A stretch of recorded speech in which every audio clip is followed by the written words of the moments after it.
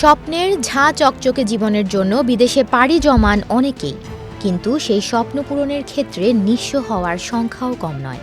বিবিসির একটি অনুসন্ধানে দেখা গেছে, যুক্তরাজ্যে একটি প্রতারক চক্র বিদেশি শিক্ষার্থীদের কাজের ভিসার জন্য ভুয়া কাগজপত্র দিয়ে লাখ লাখ পাউন্ড হাতিয়ে নিয়েছে। মূলত নিয়োগ এজেন্ট হিসেবে কাজ করা দালালরা এমনটা করেছেন। তাদের মূল টার্গেট থাকে যুক্তরাজ্যের সেবাযত্ন খাতে চাকরি করতে আগ্রহী বিভিন্ন দেশের শিক্ষার্থীরা।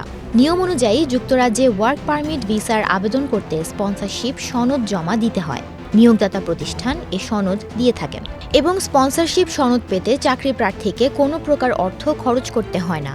অথচ ভুক্তভোগী প্রত্যেক শিক্ষার্থীর কাছ থেকে এই সনদের জন্য ১৭,০০০ পাউন্ড, যা বাংলা টাকায় ২৬,৭০,০০০ টাকা পর্যন্ত আদায় করেছে প্রতারক চক্র।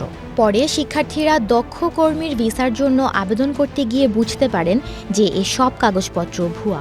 বৈধতা না থাকায় যুক্তরাজ্যের স্বরাষ্ট্র মন্ত্রণালয় তাদের কাগজপত্র বাতিল করে দেয়।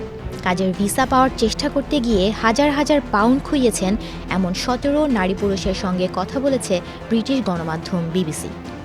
তাদের মধ্যে ৩ নারী শিক্ষার্থী ভিন্ন ভিন্ন দালালকে মোট ৩৮,০০০ পাউন্ড দিয়েছেন।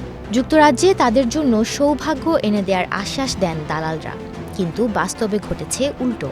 প্রতারিত হয়ে কানাকড়ি সব হারিয়েছেন তারা। এখন সহায় সম্বল হারিয়ে নিজ দেশে পরিবারের কাছে ফিরে যাওয়া নিয়েই আছেন তারা শঙ্কায়।